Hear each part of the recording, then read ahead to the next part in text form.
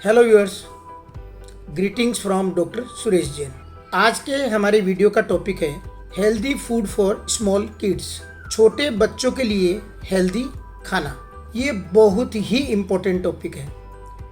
करीब करीब her mother का ये एक क्वेश्चन रहता ही है कि सर हम हमारे बच्चों को ऐसा क्या खिलाएं कि हमारा बच्चा अच्छा रहे। हम सभी को स्वस्थ रहने के लिए खान पान की बहुत ज़रूरत है। बच्चों की उम्र ग्रोथ और डेवलपमेंट की उम्र है, उसके लिए उनको हेल्दी फूड खिलाना बहुत ही ज़रूरी है। और इसके साथ साथ यह भी बहुत ज़रूरी है कि बच्चे अनहेल्दी फूड नहीं खाएं। इसीलिए हर माता पिता की ये जिम्मेदारी बनती है कि अपने बच्चों को शुरू से ही अच्छा व हेल्दी फूड खाना सिखाएं, क्योंकि जो जैसा खाएगा वो वैसा ही बनेगा।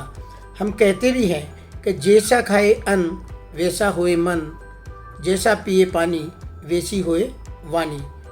तो आइए आज की वीडियो में हम समझते हैं कि हम छोटे बच्चे यानी 1 साल से ऊपर के बच्चों को ऐसा क्या खिलाएं कि जिससे हमारा बच्चा हेल्दी व स्ट्रॉन्ग रहे और उसकी ग्रोथ और डेवलपमेंट बहुत अच्छे से होते रहे। सबसे पहले हमें यह समझना चाहिए कि बच्चे को हम ऐसा खाना खिलाएं जिससे उसकी जो दैनिक एक्टिविटीज़ है एवं उसकी जो ग्रोथ व डेवलपमेंट है उसके लिए उसको प्रतिदिन जो कैलोरी व न्यूट्रिएंट्स की रिक्वायरमेंट है वह हर हालत में पूरी हो और हमारा बच्चा स्वस्थ रहे और वह बढ़ता भी रहे। अगर बच्चे के शरीर में उचित मात्रा में कैलोरी नहीं पहुँचे तो बच्चे का वजन कम हो जाता है, बच्चा नहीं बढ़ता है, बच्चा अंडरवेट रह जाता है, कमज़ोर रह जाता है। वैसे ही अगर हमारे बच्चे के शरीर में जो आवश्यक न्यूट्रिएंट्स हैं उनकी अगर उचित मात्रा नहीं पहुँचे तो बच्चों को न्यूट्रिशनल डेफिशिएंसीज हो जाती है, कई तरह की बीमारियाँ हो जाती है। जैसे आयरन की अगर कमी हो जाए तो एनीमिया हो जाता है, विटामिन सी की कमी हो जाए स्कर्वी हो जाती है, विटामिन डी की कमी हो जाए रिकेट हो जाती है, विटामिन ए की कमी हो जाए नाइट ब्लाइंडनेस हो जाती है, विटामिन बी की कमी हो जाए बेरी हो जाती है, आयोडीन की कमी हो जाए गोइटर हो जाती है और ऐसे ही अन्य कई रोग हो सकते हैं।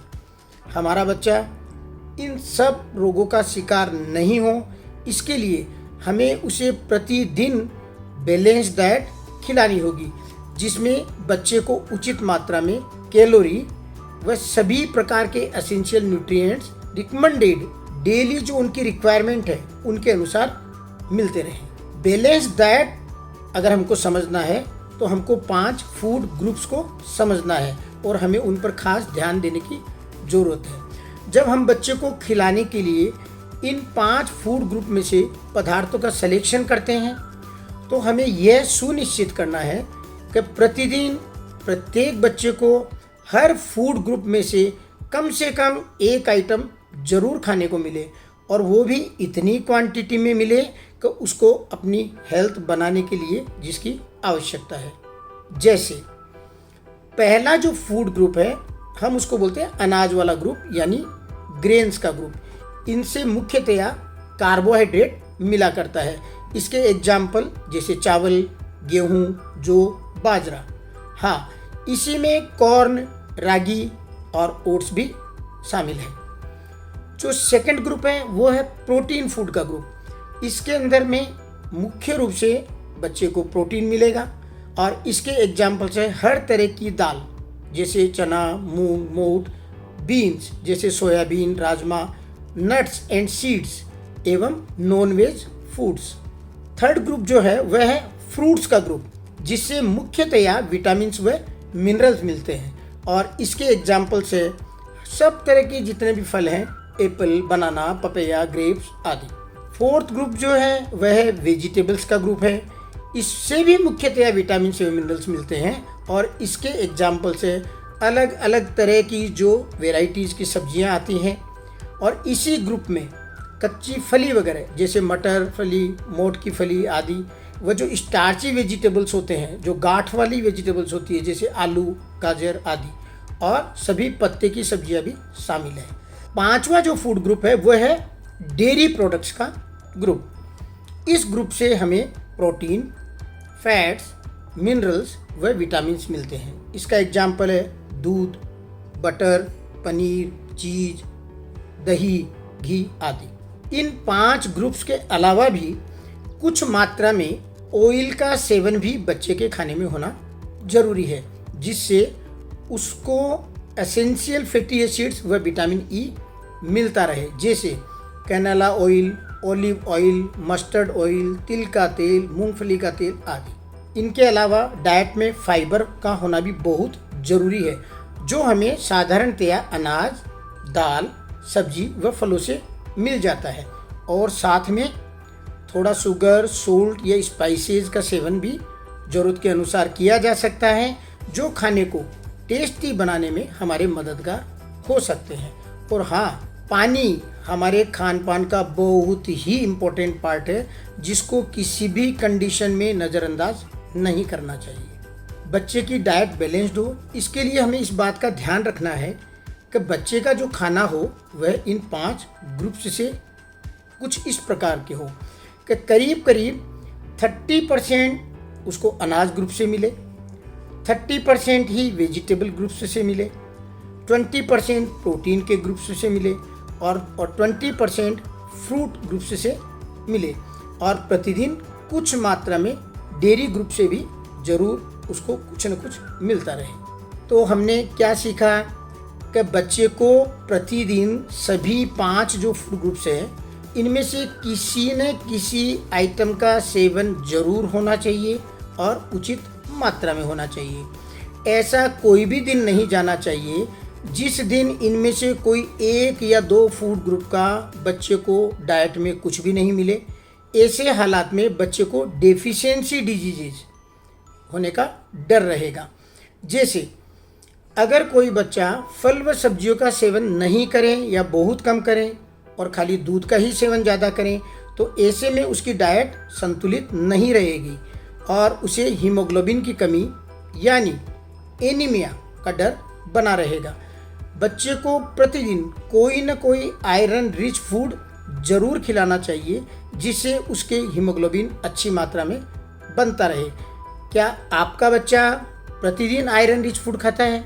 और अगर खाता है तो आप उसको कौन सा आइटम खिलाते हैं और कितनी मात्रा में खिलाते हैं? आप ज़रूर कमेंट बॉक्स में शेयर करिए।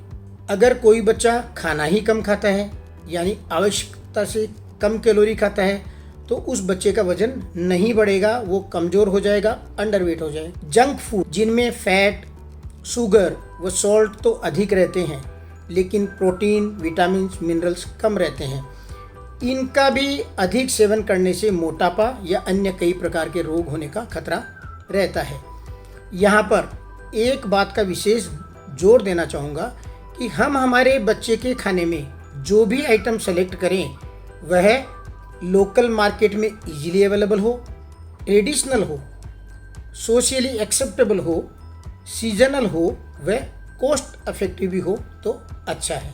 जहाँ तक अनाज का सवाल है, हमारी प्रेफरेंस हमेशा हमारा स्टेपल फूड ही होना चाहिए।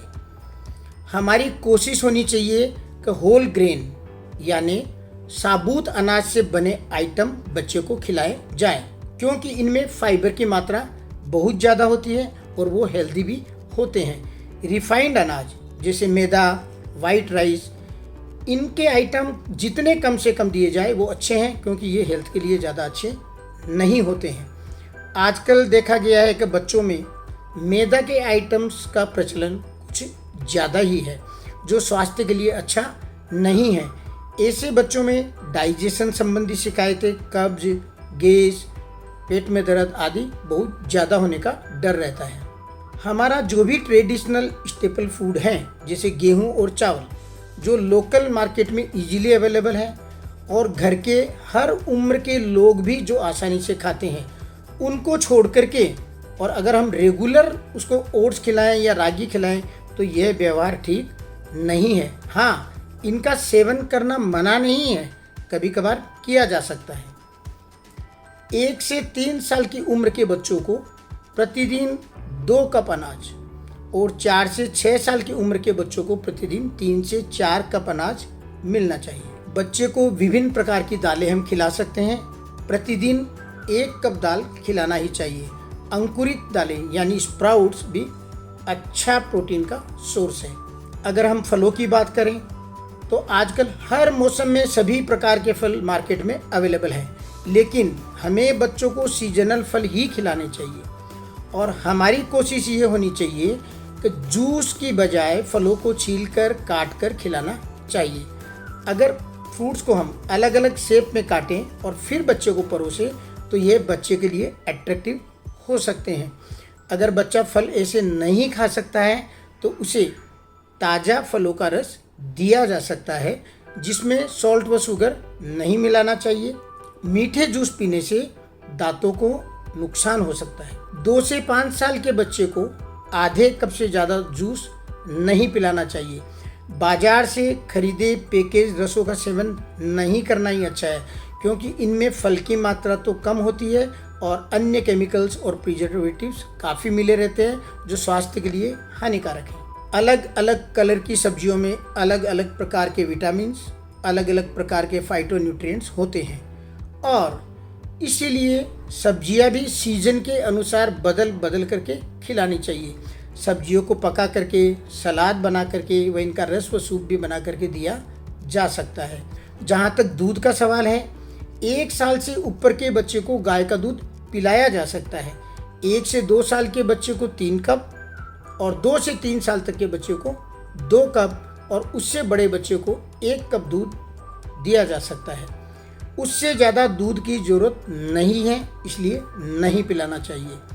बच्चे को ज़्यादा सॉल्ट व शुगर वाले खाद्य पदार्थ, फ्राइड या तले हुए खाने, कैफीन युक्त ड्रिंक्स नहीं देना चाहिए, क्योंकि छोटे बच्चे के पेट का साइज भी छोटा होता है, इसलिए वह एक बार में बहुत ज़्यादा खाना नहीं खा सकता।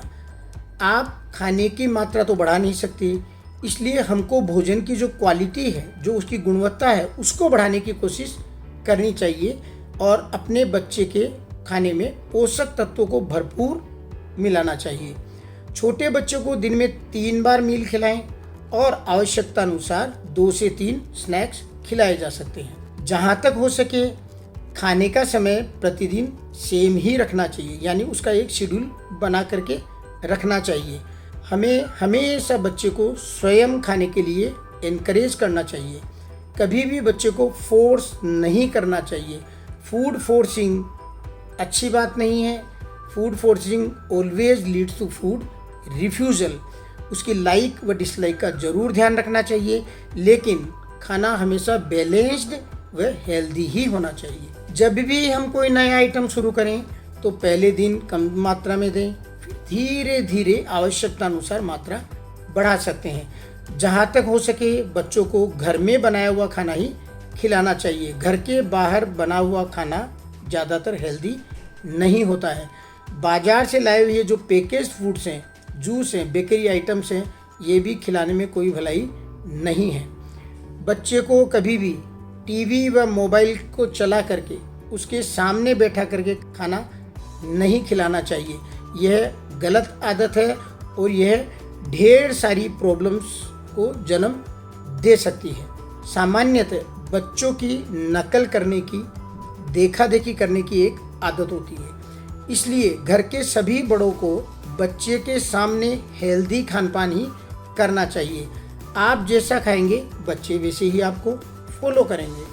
बच्चे पेरेंट्स का साथ एंजॉय भी करते हैं, इसलिए अगर हो सके तो कम से कम एक मील बच्चे के साथ पेरेंट्स को एक साथ बैठ करके खाना ही चाहिए।